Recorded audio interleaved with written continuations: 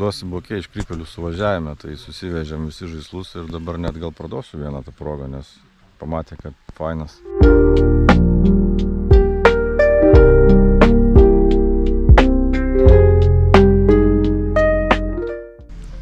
Čia sakė, blogus žmonės kepa šitam. Bet aš netikiu, nes per mažai erdvės tam viduj.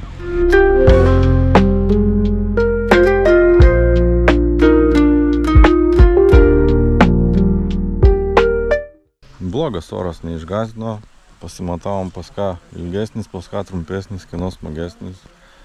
Tai va smagu, kad bendraminčių radom tiek daug ir laikas tiesiog akyse pralėkė.